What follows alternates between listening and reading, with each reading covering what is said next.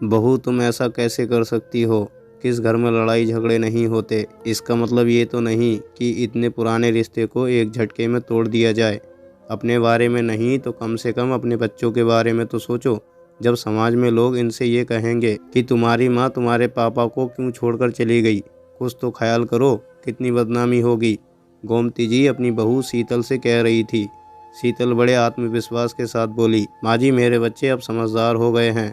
वो समझेंगे कि उनकी माँ ने ये कदम क्यों उठाया, क्यों उनके पापा से अलग हो गई। हाँ देरी तो मैंने कर दी, पर ये देरी और अत्याचार इतने दिन मैं क्यों सहती रही, ये मेरा दिल जानता है। मैं बस इंतज़ार कर रही थी कि मेरे बच्चे समझदार हो जाएं और अपनी पढ़ाई पूरी कर लें, फिर मैं इस रिश्ते का बोझ नहीं उठाऊंगी। तभी शीतल का पति विनोद आया और बोला, अच्छा बहुत जल्दी तुम्हें एहसास हुआ कि ये रिश्ता नहीं बल्कि एक बोझ है? फिर क्यों इतने सालों तक तुम मेरे साथ इस रिश्ते में बंधी रही, बस मेरा फ़ायदा उठाने के लिए? अब तुम्हारी ज़रूरत पूरी हो गई तो तुम मेरे बच्चों को मेरे खिलाफ भड़काकर मुझसे दूर कर दोगी।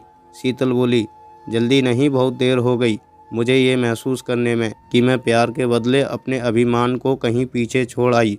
पतिदेव प्रेम देकर तुमने मेरा अभिमान नहीं खरीदा, और जहाँ तक बच्चों की बात है, बच्चे अब बच्चे नहीं रहे, वो सब देखते और समझते हैं। ये कदम मैंने बहुत देर से उठाया, इस बात का अफसोस मुझे हमेशा रहेगा।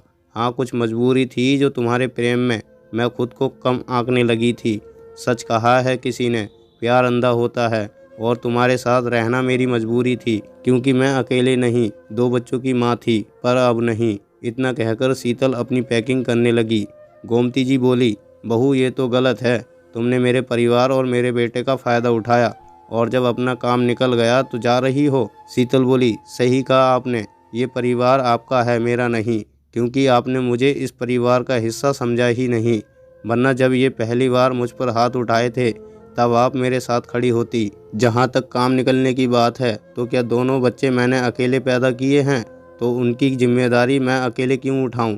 गोमती जी बोली, बहू ये कैसी बात कर रही हो? शीतल बोली, एक माँ की जिम्मेदारी होती है अपने बच्चों को संभालना, जो मैंने संभाला।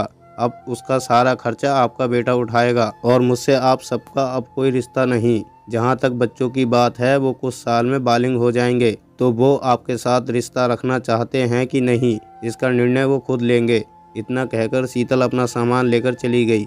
शीतल पुरानी यादों को उस घर में छोड़कर निकली तो बाहर उसका भाई नीलेश खड़ा था। भाई को देखते ही शीतल फूट फूट कर रोने लगी। नीलेश बोला, शीतल जब जागो तभी सवेरा, भूल जाओ पुरानी बातों को, चलो चलते हैं। इतना कहकर दोनों चल पड़े।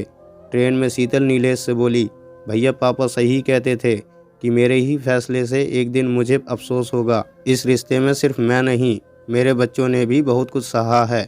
नीलेश ने शीतल को हौसला दिया। शीतल उन यादों में खो गई जब विनोद से उसे प्यार हुआ था और परिवार के खिलाफ जाकर उसने शादी की थी। शुरुआत के कुछ वक्त बहुत अच्छा रहा, फिर रोज की चिक चिक। कुछ वक्त बाद शीतल ने जुड़वा बच्चों को जन्म दिया। उसने सोचा बच्चों की वजह से उसका प्रेम फिर लौट आएगा, किंतु प्रेम तो धूप और छाया की तरह होता है, जो आती जाती रहती है। धीरे धीरे बच्चे बड़े होने लगे। शीतल बहलाती फुसलाती और कहानियां सुनाकर अपने दर्द छुपा लेती, पर कब तक? बच्चे बड़े होने लगे। पहले तो लड़ाई झगड़े तक बात होती थी। एक रोज विनोद ने शीतल पर हाथ उठाना चाहा तो उसका बेटा उसके सामने आ गया। उस वक्त तो विनोद शांत हो गया। बाद में कमरे में उसने शीतल को भला बुरा कहा और इतनी जोर का थप्पड़ मारा कि उसकी नाक से खून निकल गया। अगले दिन शीतल अपनी चोट को छुपाती है, पर बच्चे सब समझने लगे और माँ को समझाते कि माँ, जिस रिश्ते में आपको सम्मान नहीं मिलता उसमें कुछ नहीं बचता। आप इस रिश्ते से आज़ाद क्यों नहीं हो जाती? शीतल बोली, बेटा जिंदगी में जो गलती की है उसकी सज़ा तो पानी ही होगी। अब कुछ समय की बात है, तुम लोगों की 12वीं की परीक्षा हो जाएगी। तुम अपने लक्ष्य की ओर और मैं अपने नए सफ़र की तरफ कदम बढ़ाऊंगी।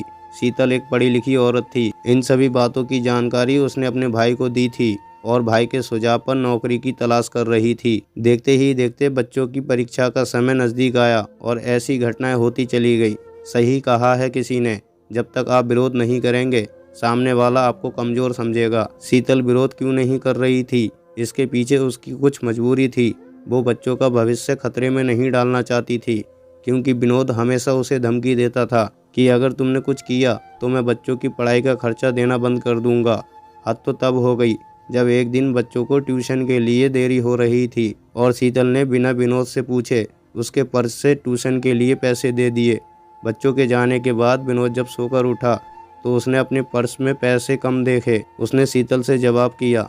शीतल बोली, बच्चे जल्दी में थे इसलिए मैंने आपके पर्स से पैसे निकाल कर दे दिए, मैं दोबारा इसमें पैसे डाल देती हूँ। विनोद ने उसकी एक न सुनी और हाथ उठा दिया। शीतल दीवार से टकराई और उसके सर से खून बहने लगा। विनोद में इतनी भी इंसानियत नहीं थी कि वो शीतल को अस्पताल ले जाता। गोमती जी बोली, बेटा अगर इसे कुछ हो गया तो तुम फंस जाओगे। विनोद उसे अस्पताल ले गया। डॉक्टर ने कारण पूछा तो शीतल बोली, बाथरूम में पैर फिसल गया और मैं दीवार से टकरा गई। उस दिन भी शीतल ने विनोद को बचा लिया, जो कि गलत था, पर गलती के पीछे उसकी मजबूरी भी थी। समय बीता, बच्चों की परीक्षा खत्म हुई और उसका रिजल्ट निकला। बच्चों को बहुत अच्छे अंक मिले और स्कॉलरशिप मिली। इस बात से शीतल खुश थी। समय रहते ही दोनों बच्चों को विनोद ने पढ़ने के लिए बाहर भेज दिया। उस दिन शीतल ने विनोद को अपना फैसला सुनाया कि मैं अब इस रिश्ते में नहीं रह सकती और इसके लिए मैंने कोर्ट में अर्जी दे दी है। विनोद ने बहुत हंगामा खड़ा किया, लेकिन शीतल ने उसकी एक नहीं सुनी, क्योंकि उसके बच्चे भी यही चाहते थे। वक्त रहते दोनों के रिश्ते अलग हो गए। कोर्ट ने बच्चों की पढ़ाई की जिम्मेदारी विनोद को दी। बच्चों से जब पूछा गया, उन्होंने मां के साथ रहने का फैसला किया और कोर्ट को सारी बात बताई।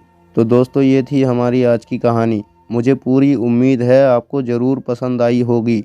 यदि आपको हमारी वीडियो पसंद आई है तो वीडियो को लाइक करें और कमेंट बॉक्स में अपनी राय हमें ज़रूर शेयर करें।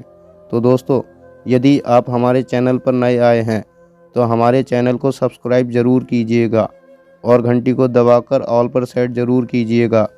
और यदि फेसबुक पर देख रहे हैं तो हमें फॉलो भी कर लो, ताकि आने वाली वीडियो आपको तुरंत मिले।